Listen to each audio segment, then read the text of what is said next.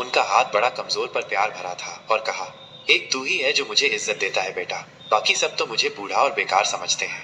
मैं उनके पास बैठ गया, उनके सूखे हाथ को अपने हाथों में लेकर प्यार से बातें की और रसोई से ताजा पानी लाकर उन्हें पिलाया। उन्होंने जैसे पानी पीकर बीते बरसों में लौट जाना शुरू कर दिया। उनकी आंखों में पुरानी यादों का एक समंदर उतर आया। आसमान की ओर देखते हुए बोले, उनकी आवाज में एक अजीब सी उदासी थी। बस ऐसे ही चला आया था। दिल घबरा रहा था। इस घर की दीवारों में कुछ उदासी है, कुछ खामोशी है बेटा। एक खामोशी है जो कानों से नहीं, दिल से सुनी जाती है। मैंने उनसे कहा, हाशिम चाचा, एक बात बताइए, इस आम के पेड़ की क्या कहानी है? क्यों सब इससे डरते हैं? वो चौंक कर मेरी ओर देखने लगे। उनकी आंखों में एक अजीब सा डर तैर गया, जैसे मैंने कोई पुरानी बंद अलमारी जबरदस्ती खोल दी हो, जिसमें सदियों पुराने राज छिपे थे। धीरे से बोले, उनकी आवाज में एक सरगोशी थी। इसकी कहानी बड़ी डरावनी है अहमद, ये कोई मामूली पेड़ नहीं है। मैंने कहा, अब आप बताइए ना चाचा। मैं डरूंगा नहीं, मैं हिम्मत वाला हूँ। उन्होंने मेरी आंखों में झांका, जैसे परख रहे हों कि क्या मैं सच में सुनने की हिम्मत रखता हूँ, क्या मैं इस राज को संभाल पाऊंगा।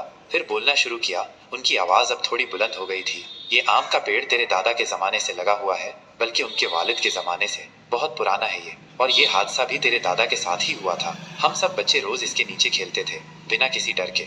एक झूला भी बांधा हुआ था लकड़ी और रस्सी से, जिस पर हम सब बारी बारी से झूलते थे। लेकिन जो भी उस झूले पर झूलता, उसके सिर में तेज दर्द होता और वो 2-3 दिन तक बुखार में बीमार रहता। शुरू में लगा कि धूप की वजह से होगा, या शायद बच्चों को खेल कूद से थकावट होती होगी। फिर एक सुबह तेरे दादा ने वो मंजर देखा जो हम सबको अब तक याद है, और जिसकी वजह से आज भी हमारी रूह कांप जाती है। सूरज अभी निकला ही था, उसकी हल्की लालिमा आसमान में फैल रही थी। बसरा की धुंध अभी भी चारों ओर फैली हुई थी। सब कुछ धुंधला धुंधला दिख रहा था। तेरे दादा पानी भरने जा रहे थे, उनके हाथ में पानी का घड़ा था। तभी उन्होंने देखा कि झूले पर एक बहुत लंबी औरत झूल रही है। वो 7 फुट से भी ऊंची लग रही थी। उसकी परछाई इतनी लंबी थी कि हवेली की दीवार तक पहुंच रही थी। उसका पूरा शरीर काले कपड़ों में ढका था, जैसे वो कोई साया हो। चेहरे पर या तो घूंघट था या फिर बुर्के का दुपट्टा, लेकिन उस पर से थोड़ी सी एक अजीब सी मुस्कान झांक रही थी। ये मुस्कान इंसानी नहीं थी बेटा, इतनी लंबी थी जैसे 2 चेहरों की हंसी को जोड़ दिया गया हो। एक अजीब सी बेजान हंसी। दांत बड़े बड़े, सफेद और अजीब सी चमक वाले थे। आंखें तो दिखती नहीं थी, लेकिन तेरे दादा ने कहा था कि ऐसा लगा जैसे वो उन्हें घूर रही हो, उनकी रूह को भीतर तक देख रही हो। उसकी मौजूदगी इतनी डरावनी थी, इतनी बोझिल कि दादा के मुंह से चीख निकली और वहीं गिरकर बेहोश हो गए। उनका घड़ा हाथ से छूट गया और पानी जमीन पर फैल गया। कई दिनों तक बुखार में रहे, और जब होश आया तो सिर्फ उसी औरत का जिक्र करते थे। हमने फौरन झूला काट कर फेंक दिया और वो जगह बंद कर दी गई। बच्चों को वहां जाने से मना कर दिया गया। फिर से कोई उस तरफ नहीं गया, वो जगह वीरान हो गई। कहा जाने लगा कि वहां कोई चुड़ैल रहती है जो उसी झूले के साथ आती थी और बच्चों को परेशान करती है। हाशिम चचा की आवाज में खौफ साफ झलक रहा था। उनकी आंखों में अब भी वो मंजर जिंदा था। मेरे फारूक चचा अक्सर कहते थे, ये लड़का यानी मैं तो उस पेड़ का दीवाना है, वहां जाकर बैठ जाता है। जिस दिन चुड़ैल दिखी ना, इसकी चीखें पूरा मोहल्ला सुनेगा। वो ये बात हंसते हुए कहते थे, मेरी बदहाली का मजाक उड़ाते थे। लेकिन मेरे अंदर कुछ कसक जागती थी, क्योंकि वो पेड़ अब मेरा दोस्त बन गया था, मेरा इकलौता सहारा। वो मेरी दास्तान सुनता था। हाशिम चचा ने कहा था कि अगर उस पेड़ पर फिर से झूला बांध दिया जाए तो वो चुड़ैल लौट आएगी। ये सुनकर ना जाने क्यों मेरे मन में एक अजीब सी इच्छा जागी। काश ऐसा ही हो, काश वो चुड़ैल लौट आए और उन सबको दिखे जो मुझे तुच्छ समझते हैं, जो मेरी उपेक्षा करते हैं, जिनके लिए मैं बस एक घरेलू नौकर जैसा हूँ। मेरा मन करता था कि उस पेड़ से झूला बांध दूं, और जब वो चुड़ैल लौटे तो कहे, ये लड़का मेरा भाई है, मेरे जैसा है, और इन सबको मैं अपने साथ ले जाऊंगी जो इसे सताते हैं, जो इसकी इज्जत नहीं करते। लेकिन जिस तरह चचा ने वो किस्सा सुनाया था, जिस डर और विस्तार से उन्होंने वो मंजर बयान किया था, वो किसी मजाक की बात नहीं थी। शायद वो कहानी सच हो, और शायद मैं अपनी भावनाओं में बहकर किसी खतरनाक चीज को बुलावा न दे बैठूं। इससे पहले तो ऐसा कभी नहीं हुआ था। मेरे साथ न कोई साया दिखाई दिया, न कोई आवाज सुनाई दी। लेकिन इन दिनों ना जाने क्यों सब कुछ थोड़ा थोड़ा अजीब लगने लगा था, जैसे कोई अनजानी ताकत मेरे करीब आ रही हो।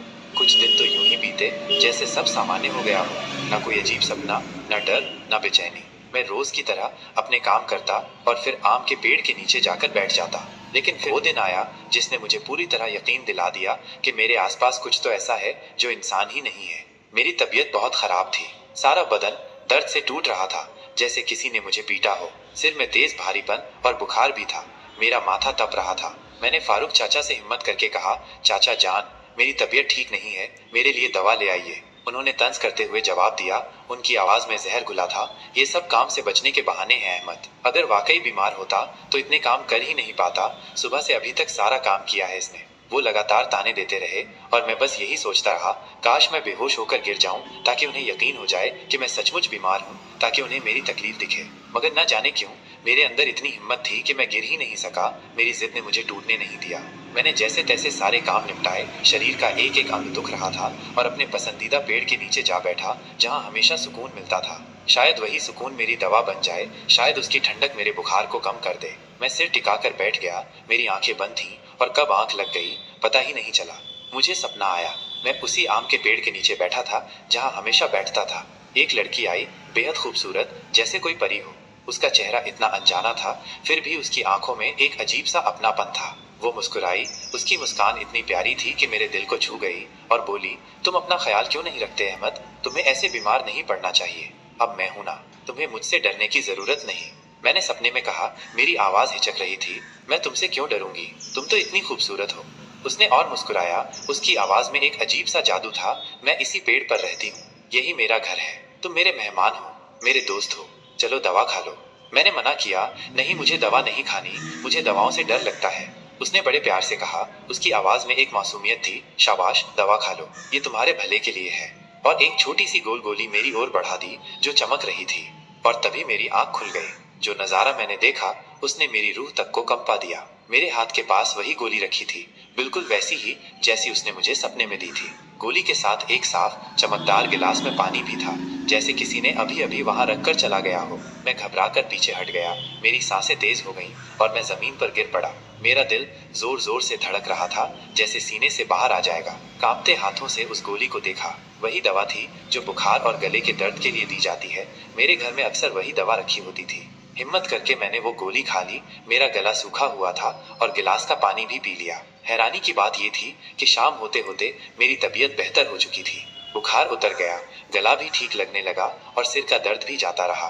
मेरा बदन हल्का महसूस हो रहा था। मैं डर तो गया था, हाँ, इस अनजाने मददगार से, लेकिन कहीं न कहीं दिल को तसल्ली भी मिली थी, एक अजीब सी खुशी।